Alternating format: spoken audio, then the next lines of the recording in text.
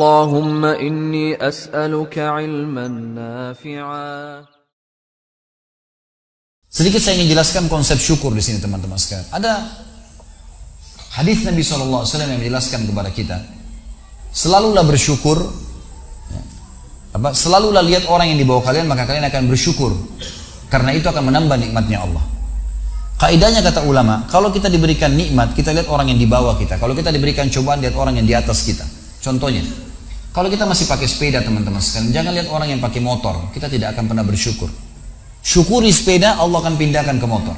Kita lagi naik motor, jangan lihat orang yang punya mobil, kita tidak akan bersyukur. Lihat orang yang naik sepeda. Kita punya mobil satu tahun 2012, jangan lihat orang yang 2015, tidak akan bersyukur. Syukuri yang ada. Kita pakai mobil satu, jangan lihat orang yang punya dua mobil, kita tidak akan bersyukur. Selalu lihat orang yang di bawah, kata Nabi SAW. Kita jalan kaki pun, naik sepeda ada orang jalan kaki, kita jalan kaki ada orang yang puntung kakinya, gitu kan. Lihat selalu orang yang di bawah, kita akan selalu bersyukur. Dan hanya itu yang Allah minta. Syukuri, alhamdulillah, alhamdulillah, itu saja. Sebagian ulama salaf dari sahabat dan tabi'in teman-teman sekalian, kalau lagi bergerak, bekerja, jalan, beraktivitas, lisan mereka kalau tidak lagi ngobrol sama orang, kalau bukan alhamdulillah, astagfirullah, dua saja. Syukuri nikmat Allah, bertobat kalau ada dosa. Ini dua kata kuncinya. Alhamdulillah, alhamdulillah, alhamdulillah. Terus astagfirullah, astagfirullah, astagfirullah. Terus begitu, berzikir kepada Allah SWT. Sampai dinukil Syekh bin Baz rahimahullah, seorang mufti Saudi yang sudah meninggal, aslinya dari Yaman tapi warga negara Saudi yang buta matanya. Beliau rahimahullah, kalau lagi terima telepon, dinukil oleh dari murid-muridnya, kalau lagi terima telepon, kalau beliau lagi dengarkan pembicaraan orang yang sedang mengeluh, beliau sambil berzikir. Alhamdulillah, alhamdulillah, alhamdulillah, subhanallah, alhamdulillah, la ilaha illallah, Allahu akbar, astagfirullah. Lagi berzikir, gitu kan? Kalau sudah saja beliau jawab. Jadi tidak ada waktu jeda kosong. Selalu berzikir kepada Allah Subhanahu wa taala. Jeda lampu merah teman-teman sekalian, berzikir kepada Allah, alhamdulillah, alhamdulillah, syukuri terlalu nikmat Allah. Karena ini passwordnya, ini kata kunci untuk bertambah nikmat dengan kalimat itu. Cuma sayangnya kita mau bersyukur, ya, kalau kita anggap itu nikmat. Saya menemukan penelitian saya pribadi di teman-teman di lapangan kita ini. Kenapa banyak umat Islam yang jarang bersyukur? Karena mereka mau bersyukur kalau yang sudah dianggap oleh dia nikmat. Kalau dia belum anggap nikmat, dia tidak bersyukur. Misal, targetnya mobil, Allah masih kasih motor, dia tidak syukur itu motor.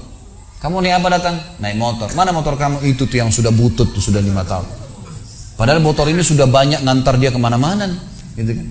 Coba alhamdulillah di motor saya, masya Allah berjasa. Insya Allah sebulan kemudian Allah ganti. Gitu. Syukuri dulu yang ada, gitu kan? Orang banyak mengeluh, tidak mau bersyukur karena dia belum anggap nikmat. Dia targetnya rumah besar, Allah masih kasih rumah kecil, nggak disyukuri. Ini rumah saya, tapi sering gini, tapi masih kecil, tapi masih begini. Ada orang subhanallah dari pertama ketemu sampai pisah semuanya keluhan. Istri saya begini, suami saya begini, pembantu saya begini, kerjaan saya begini, semua keluhan. Tidak pernah lisannya mengatakan alhamdulillah. Bagaimana Allah mau tambah nih? Gitu kan? Nggak mungkin. Baik, tingkatan manusia. Kalau kita diberikan cobaan, lihat orang yang lebih berat teman-teman saya. Kalau kita flu, ada orang flu dan demam. Jangan lihat orang yang sehat, karena kita tidak bersyukur, gitu kan? Atau kita tidak bisa sabar. Kalau kita flu dan demam, ada orang flu demam rematik. Kita flu demam rematik, ada orang stroke. Kita stroke, ada orang meninggal, maksimal mati, gitu kan? Baik, ada orang yang lebih berat daripada kita, maka kita selalu bisa menjalani kehidupan, gitu kan? Harus begitu memang konsepnya. Dan kata para ulama, manusia ada 3 tingkatan. Tingkatan pertama, tingkatan orang yang paling bawah, bobrok sekali. Dikasih nikmat tidak pernah bersyukur, apalagi cobaan. Ini orang dari pertama ketemu sampai pulang tadi keluhan semua. Semuanya keluhan, tidak pernah lisannya bilang alhamdulillah.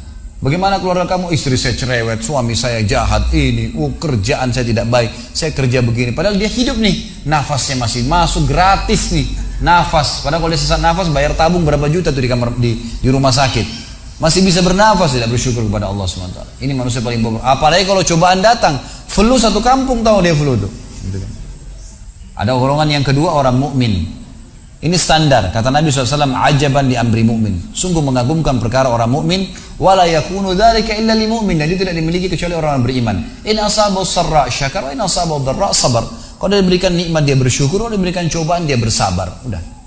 Dan sabar ini teman-teman sekalian tangkap definisi dari saya. Sabar itu bukan elus dada duduk manis, salah. Indonesia suka itu sabar ya disuruh duduk. Bukan, salah. Sabar itu kata ulama adalah menerima takdir Allah lalu ikhtiar cari jalan keluarnya. Itu sabar. Kita bangun pagi sakit nih, flu. Terima dulu takdirnya Allah. Allah lagi coba saya. Lalu ikhtiar minum obat. Itu sabar namanya. Jadi bukan sabar duduk manis. Ya sudahlah nanti Allah sembuhin kalau enggak bisa. Ini harus difahamin ya. Standar, orang yang standar adalah orang mukmin tadi. Ada orang yang di atasnya. Kata ulama, diberikan nikmat bersyukur, diberikan cobaan bersyukur. Ini tingkatan tertinggi. Selalu lisannya pun bersyukur. Bahkan sebagian ulama salaf dari sahabat dan tabi'in, mereka malah bermuhasabah, beristighfar kepada Allah kalau dalam 1 tahun tidak pernah sakit. Mereka malah istighfar, ini ada apa nih? Gitu kan? Karena Nabi SAW mengatakan kalau Allah cinta seorang hamba, Allah akan mengujinya.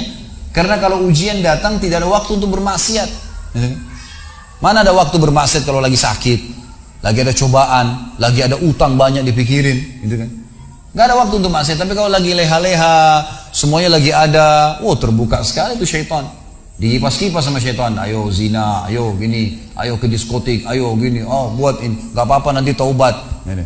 Ini digoda sama syaitan. Nah, tingkatan ini tertinggi teman-teman sekalian. Bagaimana memahaminya? Bagaimana kalau diberikan nikmat bersyukur, baiklah. Setiap minum alhamdulillah, makan alhamdulillah, apa saja alhamdulillah. Dan kita tahu, habis minum baca alhamdulillah, habis makan alhamdulillah, bangun tidur alhamdulillah. Tujuannya supaya nikmat itu terus bertahan dan bertambah, gitu kan? Baik. Kalau kita diberikan cobaan, bagaimana caranya bisa bersyukur? Ulama berikan gambaran. Dengan cara tadi menggunakan kaidahnya, membayangkan sesuatu yang lebih berat daripada itu. Misal, ini saya kasih contoh. Kalau ada seseorang pulang ke rumahnya, kemudian ditemukan rumahnya kebakaran. Apa yang harus dilakukan?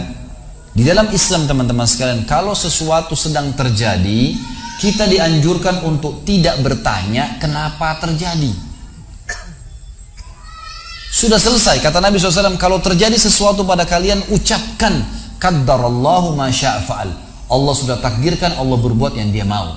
Sudah selesai, gitu kan? Kalau kita pulang ke rumah, ternyata rumah kita kebakaran. Yang kita harus lakukan dalam Islam, kata para ulama, tidak bertanya kenapa kebakaran, tapi solusinya. Apa jalan keluarnya?